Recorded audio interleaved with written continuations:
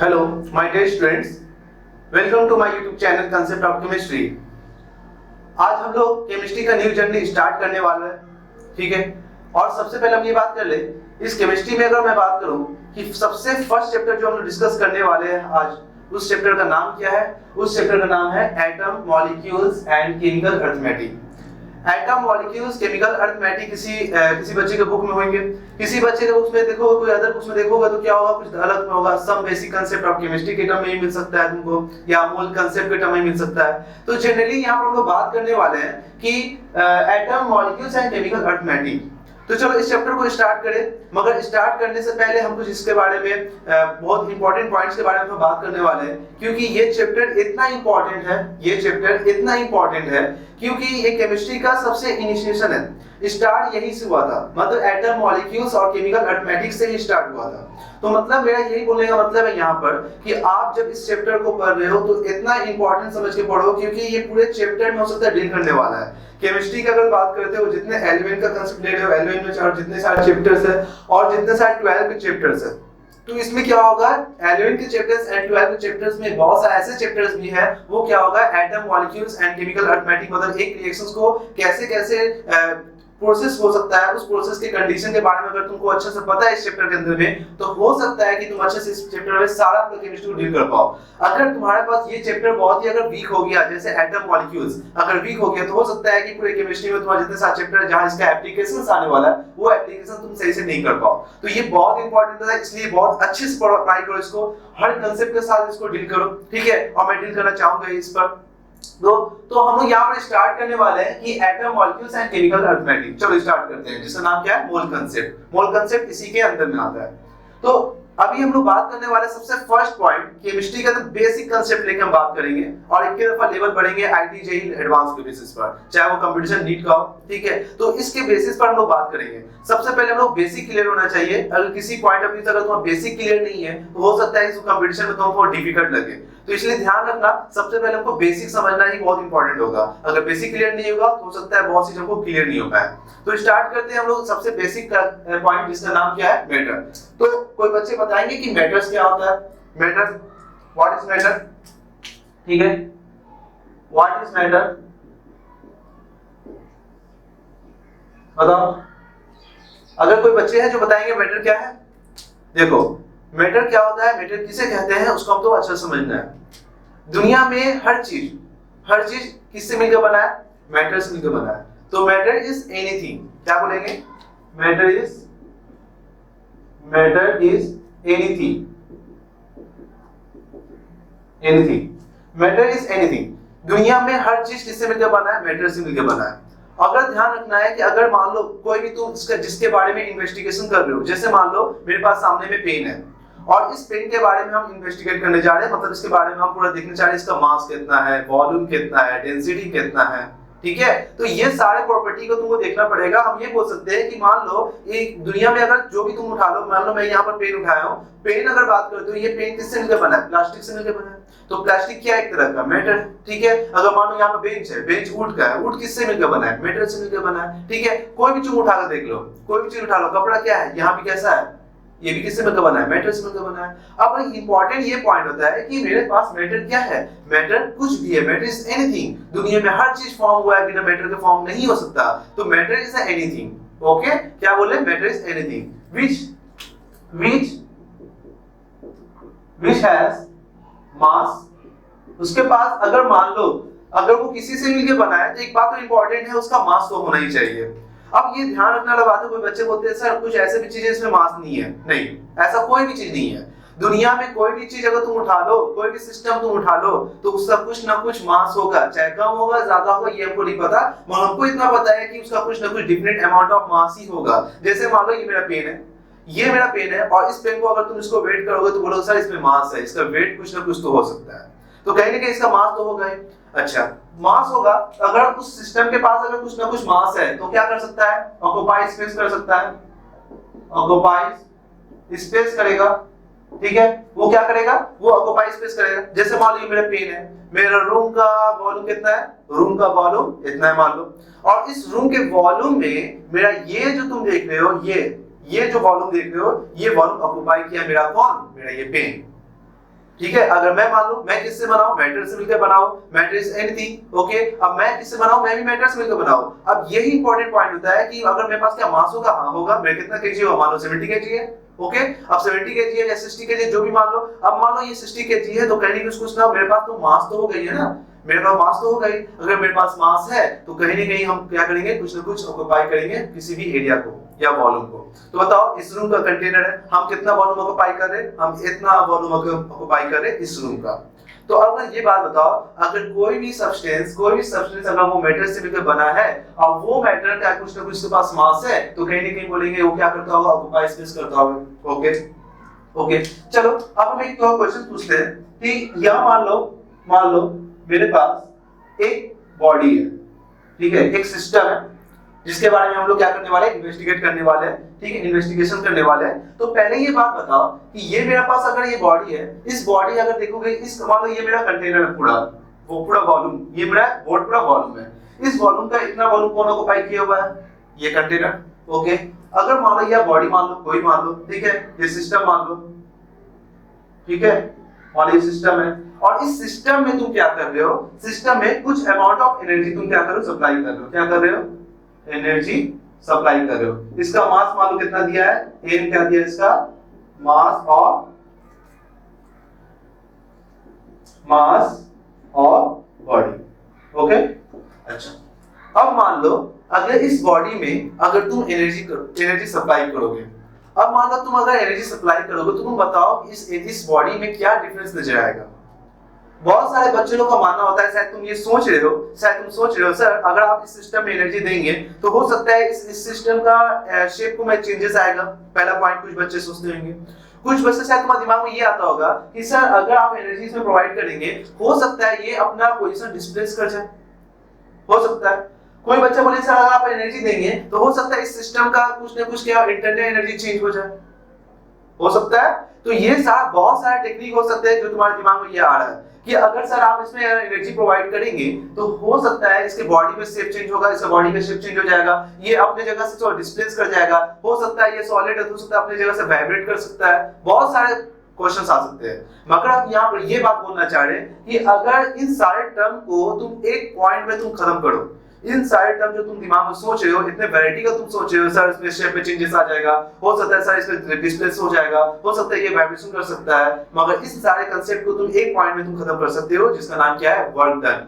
तुम क्या बोलोगे सर क्या बोल सकते हो, अगर आप इसमें एनर्जी सप्लाई करेंगे तो कहीं ना कहीं इसमें हम ये बोल सकते हैं क्या होगा, इसमें वर्क डन हो जाएगा। वर्क डन होने मतलब क्या है, जैसे मान लो मैं यहाँ सिस्टम हूँ, हमको बाहर से एनर्जी मिल गया, बाहर से एनर्जी मतलब क्या हो गया, खाना, मान लो हमको बाहर खाना खाए, खाने में हमको एनर्जी मिल गया। अब एनर्जी मिल गया तुम यही थोड़ी रुक करेंगे ना, हम तो वर्क करेंगे ना, यहाँ से यहाँ टल गए, यहाँ से यहाँ टल गए, तो यहाँ से यहाँ जब हम आए अपने पोजीशन से डिस्प्लेस हो गए, तो यहाँ से जो डिस्प्लेस पोर्शन जो हो रहा है तो तुम क्या बोल सकते हो, सर आप डिस्प्लेस कर गए। डिस्प्लेस का मतलब क्या हो गया, हम कहीं ना कहीं यहाँ से यहाँ तो अपने एनर्जी थोड़ा सा लॉस किए। तो इन कंसेप्ट से बोल सकते हैं कि कहीं ना कहीं एनर्जी का लॉस मतलब क्या होता है, वर्क डन। तो वर्क डन बहुत इंपॉर्टेंट होता है, तो ये बात हम अच्छे से समझे। तो यहाँ पर बोलना चाह रहे हैं कोई भी सिस्टम में आप एनर्जी दे रहे हो तो वो क्या करेगा, ये करेगा वर्क डन, ओके। तो हम क्या बोल सकते हैं, matter is anything which has the mass and occupies space is able to do work if it's possess energy, okay. ये बात क्लियर हुआ। तो फिलहाल हम लोग ये बात देखें कि मेरा सबसे बेसिक कांसेप्ट केमिस्ट्री से क्या आता है, वो क्या कि मैटर। तो matter is anything which has mass and occupies space, and क्या होगा अगर तुम एनर्जी कर दोगे तो क्या होगा, एनर्जी सप्लाई होने से उसमें क्या होगा, कुछ ना कुछ में वर्क डन नजर आएगा। चलो यहां तक तो हम लोग अच्छे से समझे। अब थोड़ा सा बात कर लेते हैं, मास मेरे पास कितना है, m है। अब मान लो इसको मिटाते हैं सिस्टम को, मान लो toward the centre body, centre of mass कहां होगा, यहां होगा। इस सेंटर ऑफ मास में तुमको पता है इस बॉडी का सेंटर कहां होगा, यहां। तो तुमने कहीं ना कहीं ये बात पढ़े हुए क्लास 10 में, centre of mass. Centre of मास अगर पूरा मास किसी सिस्टम में कंसेप्ट कहां है, सेंटर में, तो कहीं ना कहीं ये बोल सकते हैं कि यहां पर एक फोर्स एक्ट कर रहा है टुवर्ड्स द किसकी तरफ, सेंटर ऑफ द ग्रेविटी। अब सेंटर ऑफ ग्रेविटी में एक फोर्स एक्ट कर रहा है, वो फोर्स को हम बोलते हैं वेट, ठीक है। वो फोर्स को क्या बोलते हैं, वेट। क्यों, क्योंकि अगर बात करते हैं यहाँ पर फोर्स, तो फोर्स इक्वल टू क्या होता है, force equal to mg।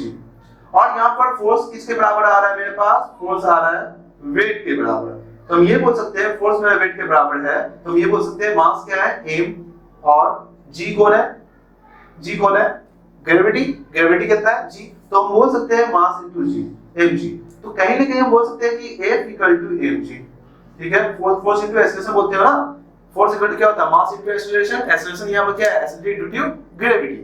Okay, तो यहां पर क्या होगा, फोर्स इक्वल टू क्या होगा, mc होगा। तो फिलहाल हम ये बात समझे कि फोर्स हम लोग क्या एक तरह से क्या है, toward the centre of the earth act कर रहा है, उस फोर्स का नाम क्या है, वेट, जो हम फील करते हैं। तो एक काम करना, अगर तुमको गिवन में हम तुमको दे दे, गिवन में तुमको हम दे दे, क्या गिवन में दे दे, गिवन में हम तुमको ये दे दे कि गिवन में तुमको मास जो दिया हुआ है, मान लो 10 केजी है, मास कितना दिया है, मास दिया तुमको 10 केजी।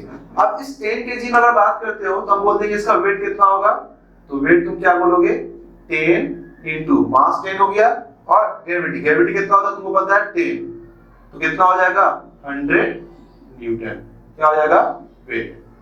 तो कहीं ना कहीं ये बात समझ पाए कि किसी भी बॉडी का मास अगर तुम निकालना चाह रहे हो तो मास क्या है, उसका मास पता होना चाहिए, साथ ही साथ उसका ग्रेविटी अगर तुमको बोलते हो सभी जगह तो सेम है, ठीक है, मेरे अर्थ के ऊपर में। तो ग्रेविटी कितना है, g 9.8 कोई बच्चा लेता है, कोई बच्चा कितना लेता है, 10 लेता है। ओके, तो फिलहाल हम ये बात बोल सकते हैं कि 100 न्यूटन मेरा वेट आ गया। तो ये बात तुमको समझ में आया, ये तो आप फिजिक्स का टर्म था।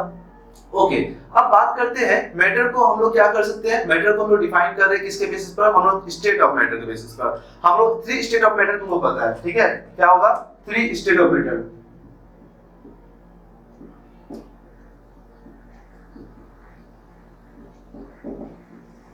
ठीक है, 3 स्टेट ऑफ मैटर को हम लोग क्या कर रहे हैं, हम लोग डिवाइडेड कर रहे हैं। किसके अकॉर्डिंग बात कर रहे हो, किसी भी मैटर को 3 डिवाइड हम लोग किए, किसके बेसिस पर कर रहे हो, ध्यान रखना सबसे पहले इंपॉर्टेंट पॉइंट है जिसका नाम क्या है, रिजिडिटी। पहले बात कर ले किसके बेसिस पर, डिपेंड्स ऑन, पहला किसके बेसिस पर देखोगे, तो पहला डिपेंड्स ऑन बात करते हैं तो बोल सकते हैं space, space between the molecules, molecules के बीच में जो स्पेस है उसके अकॉर्डिंग हम पहले बात करेंगे। मैटर तो बहुत सारे टाइप होते हैं, तुमको पता ही है। तो पहले हम ये बात कर रहे हैं कि मेरा space between the molecules, molecules में स्पेस के अकॉर्डिंग हम लोग बात करेंगे 3 स्टेट ऑफ मैटर। सेकंड बात करेंगे हम लोग क्या, वॉल्यूम, और थर्ड हम लोग बात करेंगे क्या, रिजिडिटी। मतलब हम लोग मैटर को हम लोग 3 पार्ट में डिवाइड किए हैं। जो पहला जो किसके थिंकिंग बेसिस पर, डिपेंडिंग ऑन क्या, स्पेस बिटवीन द मॉलिक्यूल्स, दूसरा वॉल्यूम, तीसरा रिजिडिटी। इन तीनों कांसेप्ट के बेसिस पर हम लोग ये बात करते हैं कि हम लोग मैटर को 3 पार्ट में डिवाइड कर सकते हैं। ओके, तो चलो हम लोग देखते हैं कि 3 पार्ट कौन कौन सा होता है। तुमको पता है कि स्टेट ऑफ मैटर 3 टाइप्स का होता है। पहला होगा मेरे पास सॉलिड, दूसरा क्या होगा लिक्विड, और तीसरा हो गया होगा गैस। तो सॉलिड, लिक्विड, गैस के अकॉर्डिंग हम लोग ये बात करने वाले हैं। तो फिलहाल हम इसको मिटा देते थोड़ा सा, ठीक है, तुम लोग उतार लेना, इसको मिटाते हैं, ठीक है। चलो अब हम लोग बात करने वाले हैं कि मेरा रिजिडिटी के अकॉर्डिंग, स्पेस मॉलिक्यूल्स के अकॉर्डिंग। तो पहला हम यहां पर लिखने वाले हैं 3 स्टेप, सॉलिड, सॉलिड, लिक्विड, और यहां पर गैस। तो अब यहां पर बात हो रहा है सॉलिड, लिक्विड एंड गैस के बारे में। और यहां पर हम लिखने वाले हैं क्या, मास, मास, यहां पर तुम बात कर लो वॉल्यूम, और यहां पर बात कर लेते हैं शेप, ठीक है। ओके, हम तीनों बारे में बात करेंगे। इसके बारे में बेसिकली हम बात करेंगे, मॉलिक्यूल्स के बीच में बात करेंगे, और रिजिडिटी के बारे में तुमको तो आइडिया है ही। ओके, चलो हम लोग आइडिया लेते हैं इसके बारे में। सॉलिड, लिक्विड, गैस के बेसिस पर हम लोग कैसे बात कर रहे हैं। तुम एक काम करो, कोई भी तुम सॉलिड उठा लो, मान लो जैसे ये सॉलिड है, एक सॉलिड मटेरियल है। अब इस सॉलिड मटेरियल का तुम क्या करोगे, इस सॉलिड मटेरियल का तुमको क्या करना है बताओ। हम पहले चेक करने जा रहे हैं इसका मास। तो पहले ये तुम लोग से पूछते हैं क्या किसी भी सॉलिड एलिमेंट का, किसी भी सॉलिड सब्सटेंस का क्या कोई डेफिनेट अमाउंट ऑफ मास होता है। क्या हम बोल सकते हैं, क्या फिर से बोल रहे हैं, किसी भी सॉलिड सिस्टम का डेफिनेट मास होता है, डेफिनेट होता है कि नहीं। डेफिनेट का मतलब क्या होता है, दो टाइप का बोलेंगे, एक होता है डेफिनेट, एक होता है इनडेफिनेट। डेफिनेट का मतलब क्या होता है, डेफिनेट का मतलब यही होता है कि आप अगर किसी भी अमाउंट का अगर मास देख रहे हो तो उसका खुद का मास को बोलते हैं डेफिनेट, ठीक है, मास क्या हो उसका खुद का हो, तो ऐसे बोलेंगे क्या, उसका डेफिनेट अमाउंट ऑफ मैटर बोल सकते हो। तो यहाँ पर सॉलिड का हम लोग मास देख रहे हैं, तो बताओ क्या सॉलिड का अपना खुद का मास होता है? तो बोलोगे क्या, यस सर होता है, उसका दूसरा कोई मास से कोई रिलेटेड नहीं है, वो डिपेंड है इसके ऊपर, मास के ऊपर में। जैसे मान लो अगर ये मान लो मैटर है और ये मैटर में सॉलिड है, सॉलिड को तुम मेजर करो, मेजर करने के बाद तुमको पता चलेगा इसका खुद का अपना कहीं ना कहीं मास होगा। अगर दो पेन को मिला दोगे, दो पेन को अगर वेट करोगे तो सीधा डबल मान लो, इसका कितना, इसका मान लो 5 ग्राम है, तो इसका भी कितना होगा 5 ग्राम, टोटल कितना होगा 10 ग्राम, इसका खुद का अपना एक वेट है, इसलिए बोलेंगे इसका डेफिनेट वेट है, डेफिनेट मास होता है। ओके, तो बोल सकते हैं ये क्या मेरे पास डेफिनेट है। ओके ओके, अब यहाँ पर बात कर सकते हैं कि डेफिनेट है कि नहीं, पता चल गया। दूसरा हम ये बात बोलेंगे, क्या सॉलिड का तो डेफिनेट है, लिक्विड का क्या डेफिनेट होता है? डेफिनेट क्या लिक्विड का होता है? तो तुम क्या बोलोगे सर, लिक्विड का भी खुद का अपना कहीं ना कहीं मास होता है। कैसे सर बताइए, एक्सप्लेन करिए। चलो करते हैं। तुम एक काम करो, 1 लीटर तुम कहीं लो वाटर ले लो, कोई भी एग्जांपल ले सकते हो, सॉलिड में तुम एग्जांपल ले सकते हो, सॉलिड में कोई एग्जांपल क्यों लेते चलते हैं, ठीक है।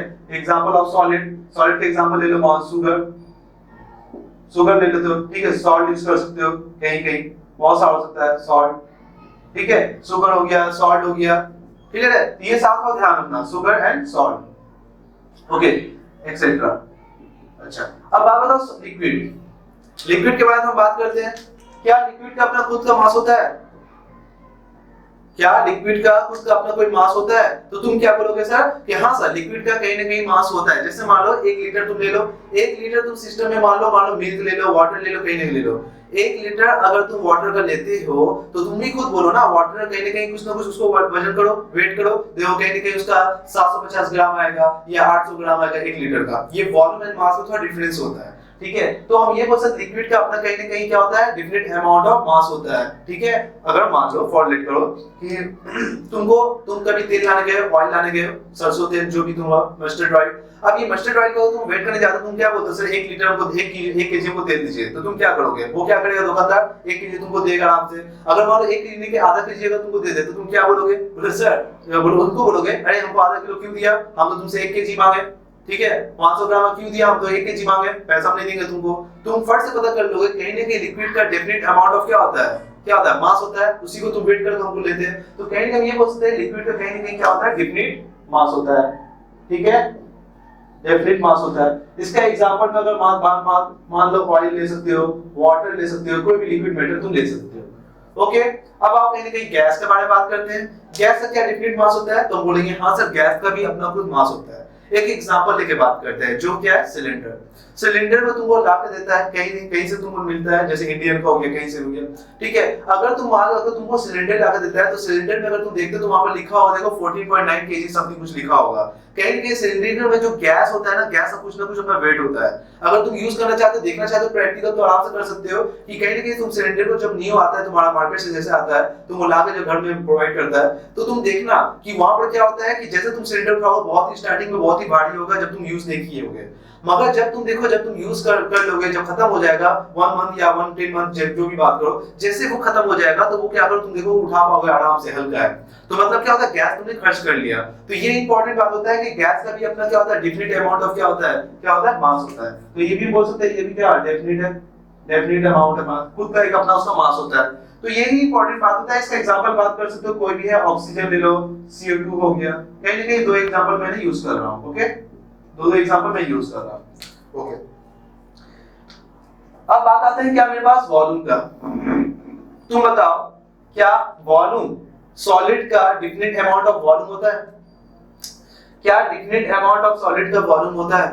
तो तुम क्या बोलोगे, यस सर होता है। क्यों नहीं होता है सर, बताओ। अगर मान लो ये मेरे पास पेन है, पेन का अभी भी मैंने बताया कहीं ना कहीं ये वॉल्यूम ऑक्यूपाई कर रहा है, कहीं ना कहीं ये क्या कर रहा है, वॉल्यूम ऑक्यूपाई कर रहा है। तो ये इस मास का, इस बॉडी का कहीं ना कहीं खुद का एक अपना वॉल्यूम है, ठीक है। अगर मान लो इसको डबल कर देंगे तो वॉल्यूम डबल ले लेगा। अगर मान लो मैं 3 पेन यूज कर लूं तो तुम क्या बोलोगे, सर अब उसका वॉल्यूम और भी बढ़ गया। तो जैसे जैसे पेन को इंक्रीज कर रहे हो तो उसका खुद का मास भी क्या हो रहा है, सॉरी वॉल्यूम क्या हो रहा है, इंक्रीज कर रहा है। तो हम ये बात बोल सकते हैं, तो हम क्या बोल सकते हैं कि मेरा सॉलिड का अपना खुद का डेफिनेट क्या हो सकता है, वॉल्यूम हो सकता है, ओके। क्या मेरे पास सॉलिड लिक्विड का वॉल्यूम होता है? लिक्विड का कुछ अमाउंट तुम बात कर सकते हो, क्या ये डेफिनेट होगा कि इनडेफिनेट होगा, तुम बताओ। तो हम बोल सकते हैं सर लिक्विड का शायद वॉल्यूम भी डेफिनेटिव होता है। डेफिनेटिव होता है, क्यों होता है डेफिनेट? डेफिनेट इसलिए होता है कि मेरा अगर एक कंटेनर ले रहे हो, जैसे मालूम है यहाँ पर एग्जांपल समझा रहा हूँ, यहाँ पर यूज कर लेते हैं, ठीक है। यहाँ मैं छोटा सा बता रहा हूँ, यहाँ ध्यान दो। मान लो एक कंटेनर में यूज कर रहा हूँ यहाँ पर, और दूसरा कंटेनर यूज कर रहा हूँ यहाँ पर, ओके। और इस कंटेनर में अगर बात करते हो तो देखो मेरा ये जो कंटेनर तुम देख रहे हो, ये मान लो वॉल्यूम कितना है, मान लो 1 लीटर का है, ओके। ये भी क्या मान लो 1 लीटर का है, ठीक है। तो तुम ही बताओ ना, अगर इसमें लिक्विड भर दिया जाए, अगर इसमें लिक्विड तुम हाफ भर दो, लिक्विड कितना भर दोगे? हाफ। अगर इसमें लिक्विड हाफ भर दोगे तो बताओ इसका वॉल्यूम कितना होगा? ये लिक्विड का वॉल्यूम कितना होगा? इस लिक्विड का वॉल्यूम कितना होगा? 500 ml। 500 ml बोल दो या हाफ लीटर बोल दो, बात तो बराबर ही है। तो क्योंकि 1 लीटर में कितना होता है? 1000 ml होता है। तो कहीं ना कहीं ये बोल सकते हैं कि 500 ml सर है, जितना लिक्विड है उसका वॉल्यूम है, ओके। मगर हम बात करते हैं क्या इस कंटेनर में, देखो अब लिक्विड, ये पूरा वॉल्यूम कितना था? 1 लीटर का। अब यहाँ पर जो लिक्विड भरा जा रहा है, फिल किया जा रहा है, वो पूरा फिल किया जा रहा है, पूरा कंटेनर मैंने फिल कर दिया। जब ये कंटेनर फिल कर दोगे, बताओ इस लिक्विड का वॉल्यूम कितना है? इस लिक्विड का वॉल्यूम बताओगे सर, इस लिक्विड का वॉल्यूम कितना है? 1 लीटर है। तो कहीं ना कहीं लिक्विड का अमाउंट इंक्रीज करने से कहीं ना कहीं उसका वॉल्यूम भी बढ़ जा रहा है। इसका मतलब ये प्रूफ हो रहा है कि हम क्या बोल सकते हैं, ये अमाउंट क्या इसका लिक्विड का अमाउंट भी डेफिनेट होता है। तो ये भी बोल सकते हैं कि ये भी कैसा है मेरे पास? डेफिनेट है, ठीक है, डेफिनेट है। अब ये डेफिनेट तो है। अब गैस का थोड़ा बात कर लेते हैं। सर गैस का वॉल्यूम डेफिनेट होता है कि इनडेफिनेट होता है? बताओ, गैस का क्या होता है? डेफिनेट होता है कि इनडेफिनेट होता है? कभी भी हम आपसे क्वेश्चन पूछ रहे हैं ना, तो आप एक काम करो, वीडियो को पॉज कर लो, वीडियो पॉज कर सोचो कि हम क्या सोच रहे हैं, मतलब तुम क्या सोच रहे हो। अगर तुम सोच लेते हो और फिर इसका पॉज खत्म करो, अनपॉज करने के बाद ये बात तुमको पता चलता है कि हाँ सर क्या एक्सप्लेन कर रहे हैं। अगर ये बात तुम कर लेते हो, तुमको लगता है कि कहीं ना कहीं हम सही है गलत है, तुमको पता चल जाएगा। तो कभी भी हम तुमको ये बात पूछ रहे हैं तो पॉज कर सोचो क्या इसका आंसर क्या होगा, उसके बाद फिर पॉज को खत्म करो, ठीक है। बात में क्या बोल रहे हैं, तो बताओ वॉल्यूम क्या होगा? गैस का वॉल्यूम क्या होता है? डेफिनेट होता है कि इनडेफिनेट होता है? सही बोल रहे हो। क्या होता है? गैस का क्या होता है? इनडेफिनिट होता है। मतलब गैस का अपना वॉल्यूम नहीं होता, क्या होता है? इनडेफिनिट। इनडेफिनिट क्यों? ऐसा क्यों? बहुत सारे बच्चे के साथ दिमाग में क्वेश्चन आता होगा, सर वॉल्यूम का गैस का अपना वॉल्यूम नहीं होता। नो, नहीं होता। क्यों? क्योंकि ध्यान रखना, अब थोड़ा एक्सप्लेन करते हैं, थोड़ा ध्यान सुनो। गैस, सॉलिड एंड लिक्विड, तुमको पता है कि गैस के मॉलिक्यूल्स और लिक्विड के मॉलिक्यूल्स में, ये तो मिटाता हूं तो अच्छे से एक्सप्लेन कर पाऊंगा, ठीक है। ये तो मिटा देता हूं, ओके। तुम बताओ, अगर हम यहां पर क्वेश्चन करें तुमसे कि मैं यहां पर सॉलिड के मॉलिक्यूल्स यूज कर रहा हूं, यहां पर हम लोग क्या लिखेंगे? लिक्विड का मॉलिक्यूल्स यूज करेंगे, यहां पर हम लोग गैस के मॉलिक्यूल्स यूज करेंगे, ओके। तुमको पता है कि गैस के मॉलिक्यूल्स जो होते हैं, गैस के मॉलिक्यूल्स जो होते हैं, या पहले सॉलिड का मैं बात कर लूं, सॉलिड का जो मॉलिक्यूल्स होते हैं वो क्या होते हैं? बहुत ही क्लोज होते हैं। जब सॉलिड के मॉलिक्यूल्स बहुत ही क्लोज होते हैं, तुम क्या बोलोगे सर कि इनके बीच में इंटरमॉलिक्यूलर फोर्स लगता है। कौन सा फोर्स लगता है? Intermolecular force. तो यहाँ पर एक नया टर्म इंट्रोड्यूस कर रहे हैं, जो मॉलिक्यूल्स को बाइंड कर रखता है, उसको बोलते हैं इंटरमॉलिक्यूलर फोर्स, ठीक है। Intermolecular force of attraction between the molecules of the solid very stronger, बहुत ही स्ट्रांग होता है। मतलब कि इसका इतना स्ट्रांग होता है कि एक मॉलिक्यूल दूसरे मॉलिक्यूल से क्या होता है, या एक एटम दूसरे एटम से क्या करता है? बाइंड करके टच रहता है। मतलब ये बात बोलना चाह रहे हैं कि इनके बीच में इंटरेक्शन ज्यादा होने की वजह से ये क्या होता है, एक जगह से दूसरी जगह मूव नहीं कर पाता, सारा क्या होता है? कॉन्सेंट्रेट होता है। शायद इसलिए हम इसको क्या बोलते हैं? रिजिड बोलते हैं। इसलिए हम तुमको बात बताते हैं ना कि 3 स्टेट ऑफ मैटर को हम लोग किसके डिफाइन करते हैं? 3 स्टेट। पहले जो बात की होगा सॉलिड, लिक्विड, गैस, किसके बेसिस पर? तो पहला बात की थी क्या? रिजिडिटी। दूसरा बात की थी क्या? Space of the molecules. अगर स्पेस ऑफ द मॉलिक्यूल्स अगर बहुत ही कम होगा, स्पेस कम होगा, देखो 2 मॉलिक्यूल्स में स्पेस है? नो। अगर स्पेस बहुत ही अगर कम होगा तो 2 मॉलिक्यूल्स पास रहेंगे, जिसकी वजह से रिजिडिटी होने का बहुत ही चांस होगा, बहुत ही कड़ा होगा, सॉफ्ट नहीं होगा, हार्ड होगा, ओके। तो ध्यान रखना, अगर किसी भी 2 मॉलिक्यूल्स का इंटरमॉलिक्यूलर फोर्स ऑफ अट्रैक्शन अगर बहुत ही ज्यादा से होगा तो बोलेंगे बहुत ही ज्यादा क्या होगा? सॉलिड नेचर का होगा, ठीक है। इसलिए क्या होता है, ये मॉलिक्यूल्स क्या होते हैं? एक मॉलिक्यूल दूसरे मॉलिक्यूल्स को पकड़ के रखता है, जिसको उसको फ्लो नहीं होने देता, इसलिए बोलते हैं ये एक जगह रहता है। अगर तुम रख दो इसमें तो देखोगे यहीं पर पड़ा रहेगा। मगर गैस को देखो, गैस को तुम रखो 4 रूम में, पूरा चारों तरफ रूम में फैल जाएगा। मतलब क्या बोलना चाह रहे हैं, इसके इंटरमॉलिक्यूलर फोर्स ऑफ अट्रैक्शन काफी क्या होता है? स्ट्रॉन्गर, ठीक है, ओके। अब आते हैं लिक्विड में। लिक्विड में बात करते हैं। लिक्विड में हम डिस्कस करने वाले हैं। देखो लिक्विड अगर तुम लेते हो, जैसे मान लो इस कंटेनर में हमने लिक्विड लिया, तो लिक्विड में रखने के लिए हमको क्या करना पड़ता है, कंटेनर यूज करना पड़ता है, ठीक है। या ऐसे ओपन में भी रख सकते हो, कोई प्रॉब्लम नहीं है, मगर ओपन में रखोगे तो क्या होगा, फ्लो पर बह जाएगा, अगर जहां स्लो मिलेगा वो बह जाएगा, है ना। मगर अगर बात होगा थोड़ा सा रखो तो देखो एक कॉन्सेंट्रेट एरिया में रहता है। जैसे मान लो हम यहाँ बोलना चाह रहे हैं, जैसे मान लो ये सरफेस है और देखोगे सरफेस पर एक ड्रॉप अगर मान लो 2 ड्रॉप 3 ड्रॉप अगर वाटर रखते हो तो वो ज्यादा डिस्पर्स नहीं होता, ठीक है। मान लो ये एक ड्रॉप ऑफ क्या है, 2-3 ड्रॉप बना दे रहे हैं, एक ड्रॉप ऑफ वाटर है, मान लो एक ड्रॉप है बना हुआ, 1 ड्रॉप, ठीक है। अब इस एक ड्रॉप में बहुत सारे मॉलिक्यूल्स होंगे वाटर का। अब ये मॉलिक्यूल्स मैं बना रहा हूं कुछ ऐसा, ध्यान दो, ये ठीक है मॉलिक्यूल्स, और ये टच तो नहीं होते हैं ना, ये मॉलिक्यूल्स एक दूसरे से थोड़ा सा अपार्ट रहते हैं, थोड़ा डिस्टेंस में रहते हैं। क्यों, मतलब कि मेरे पास लिक्विड में लगने वाला जो फोर्स है, इंटरमॉलिक्यूलर फोर्स ऑफ अट्रैक्शन, बहुत ही थोड़ा वीक है। किससे वीक है, सॉलिड से। इसलिए एक दूसरे मॉलिक्यूल से इंटरेक्ट उतना नहीं रहते जितना कि सॉलिड में होता है, जिसकी वजह से मॉलिक्यूल्स क्या होता है, थोड़ा सा क्या रहते हैं, एक दूसरे के दूर में रहते हैं। तो यहाँ पर ये बोलना चाह रहे हैं कि लिक्विड का फोर्स ऑफ अट्रैक्शन इतना ज्यादा नहीं होता और इतना कम भी नहीं होता, इतना होता है, क्या होता है कि एक दूसरे को क्या करते हैं, थोड़ा सा बाइंड कर रखते हैं। नहीं, अगर मान लो इसके बीच में, अगर इन दोनों के बीच में फोर्स ऑफ अट्रैक्शन नहीं होता तो ये लिक्विड का मॉलिक्यूल तो भाग जाता ना वहां पर, और इनके बीच में अगर फोर्स नहीं रहता तो ये भाग जाता वहां। तो कहीं ना कहीं हम यहाँ पर डिस्कस करना चाह रहे हैं कि लिक्विड का फोर्स ऑफ अट्रैक्शन उतना ज्यादा भी नहीं होता, उतना कम भी नहीं होता, इतना होता है कि एक दूसरे में क्या, एक सर्टेन कंटेनर को वो ऑक्युपाई कर सके। तो इसलिए ध्यान रखना कि अगर मैं लिक्विड रखा हूं, इसका इंटरमॉलिक्यूलर फोर्स ऑफ अट्रैक्शन उतना ज्यादा नहीं होता या मेरा वीक भी नहीं होता। इसलिए ध्यान रखना कि लिक्विड का अपना वॉल्यूम, तो हम ये बात कर रहे थे, क्या बात कर रहे थे, सॉलिड का शेप में बात हो गया था, गैस का बात कर रहे थे। तो गैस में अगर मैं बात कर रहा हूं तो गैस में तुम ध्यान दो कि इंटरमॉलिक्यूलर फोर्स ऑफ अट्रैक्शन जो होता है, जैसे मैं बात करूं गैस के मॉलिक्यूल्स अगर तुम इस कंटेनर में तुम रख दो, देखो फ्लो कर जाता है, पूरा फैल जाता है, ठीक है। मान लो कि तुम सेंट यूज किए हो, है ना, बॉडी सेंट यूज किए हो। अब तुम बात परफ्यूम यूज कर रहे हो, तो परफ्यूम यूज कर रहे हो तो क्या होता है, एक क्लिक करते हैं, क्या होता है, निकलता है वहां से सेंट निकलने के बाद पूरा परफ्यूम का गैस पूरा रूम में फैल जाता है, जिसके साथ वहां भी रहे तुमको पता चल जाता है, स्मेल आता है, बोलते हैं हाँ यहाँ पूरा फैल चुका है। मतलब ऐसा क्या है, ऐसा इसलिए है क्योंकि गैस के मॉलिक्यूल्स में इंटरमॉलिक्यूलर फोर्स ऑफ अट्रैक्शन क्या होता है, नहीं होता है। तो हम क्या बोल सकते हैं, इंटरमॉलिक्यूलर,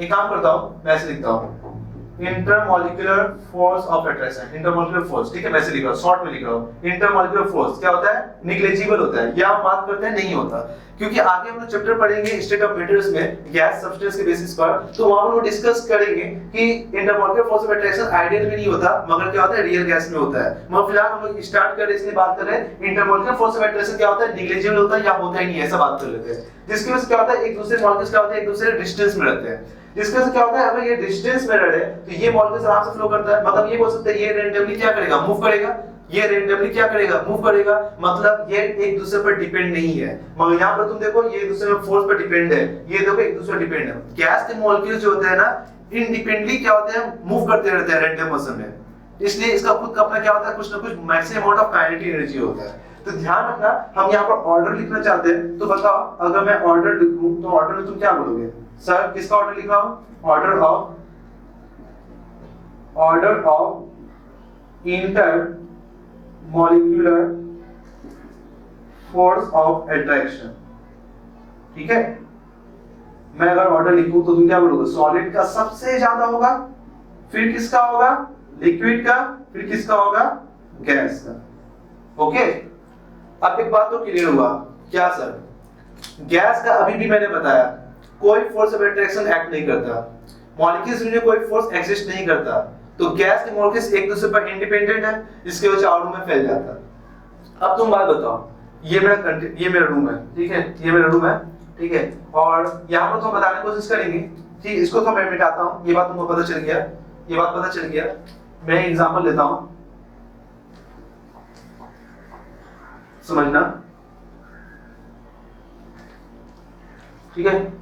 आ जाओ, तुम पहले बात बताओ, ये एक कंटेनर है, ठीक है, मान लो 1 लीटर का, ठीक है, मान लो ये कंटेनर है, 1 लीटर इसका वॉल्यूम है, ओके। और ये जो तुम देख रहे हो, मान लो ऐसे मत लो, ऐसे ले लो, वॉल्यूम कितना है, V, और मान लो ये जो कंटेनर है इसका वॉल्यूम कितना है, डबल है, 2V। तो तुम खुद बोलो, ये V कंटेनर है, ये 2V कंटेनर, मतलब ठीक इसका डबल कंटेनर। अब यहाँ पर ये बात उठता है कि एक गैस को इसमें फिल किया जाए जिसका अमाउंट कितना है, 2 ग्राम ऑफ गैस हम पुट कर दिया इसमें, रिलीज किया, ठीक है। 2 ग्राम ऑफ गैस क्या किया गया, रिलीज किया गया, ठीक है। 2 ग्राम ऑफ गैस अगर तुम जैसे रिलीज करोगे, इसमें 2 ग्राम इसमें लिख दे रहे हैं, ठीक है। अब ये 2 ग्राम ऑफ गैस क्या होगा, उसका कुछ 2 ग्राम अगर मास है तो कहीं ना कहीं उसका मॉलिक्यूल्स उसमें होगा गैस का। अगर गैस के मॉलिक्यूल्स होंगे तो गैस के मॉलिक्यूल्स तो एक दूसरे में इंडिपेंडेंट है, ये तो पूरे रूम में फैल जाएगा, कंटेनर में फैल जाएगा। तो हम ये बोलेंगे गैस का वॉल्यूम कितना है। तो गैस का वॉल्यूम का मतलब होता है कि वो गैस का मॉलिक्यूल्स का ये मतलब होता है कि वो कितना ऑक्युपाई कर रहा है उस पूरे सिस्टम को, उस सिस्टम के वॉल्यूम को। तो बताओ ये अगर 2 ग्राम का गैस है और 2 ग्राम गैस पूरे कंटेनर में फिल हो गया, तुमने 2 ग्राम को रखा, वो पूरा चारों तरफ फैल गया, फैल के पूरा ऑक्युपाई कर लिया, तो जितना ऑक्युपाई स्पेस कितना है, तो तुम क्या बोलोगे, गैस का ऑक्युपाई स्पेस कितना है, जितना कंटेनर का वॉल्यूम है। जो कंटेनर का वॉल्यूम होता है वही मेरा गैस का वॉल्यूम होता है, ये बात तुम जान लो। तो एक काम करना, 2 ग्राम इस सिस्टम में 2 ग्राम गैस मैंने रिलीज किया, वॉल्यूम ऑफ द गैस कितना है, तो तुम क्या बोलोगे, वॉल्यूम ऑफ गैस,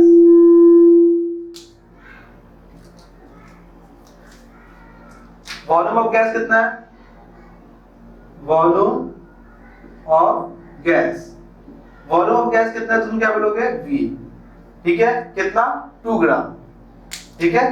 कितना गैस तुम रखे थे, 2 ग्राम ऑफ गैस का वॉल्यूम कितना है, V। अब 2 ग्राम ऑफ वॉल्यूम का गैस मेरा V है, तो तुम ही खुद बोलो ना कि यहाँ पर अगर वही अमाउंट 2 ग्राम ऑफ गैस इसमें भी फिल किया जाए, सेम अमाउंट ऑफ गैस हम फिल करेंगे, तो जब सेम अमाउंट ऑफ गैस अगर आप फिल करोगे तो बताओ ना क्या होने वाला है। इसमें भी मैंने 2 ग्राम फिल कर दिया, सेम अमाउंट ले रहे, तो नंबर ऑफ मॉलिक्यूल्स भी क्या होगा, सेम ही होगा। जब नंबर ऑफ मॉलिक्यूल्स सेम होगा तो ये भी क्या होगा, चारों तरफ इस कंटेनर में फैल जाएगा, ठीक है। इस कंटेनर में फैल गया, जब इस कंटेनर चार फैल गया तो यहां पर तुम क्या बोलोगे, वॉल्यूम ऑफ गैस ऑफ 2 ग्राम। कितना यहां पर वॉल्यूम कितना होगा, 2, कंटेनर का वॉल्यूम कितना है, 2, तो वॉल्यूम गैस का कितना, 2, कितना ग्राम लिए थे तुम भी, 2 ग्राम। तो इस कंडीशन के बेसिस पर हम यूज कर सकते हैं, इस कंडीशन के बेसिस पर हम यूज कर सकते हैं कहीं ना कहीं वॉल्यूम ऑफ द गैस 2 ग्राम का वॉल्यूम V है, वही गैस जो 2 ग्राम था उसका वॉल्यूम कितना था, 2V हो गया, मतलब वॉल्यूम क्या हो रहा है, V से 2V हो जा रहा है।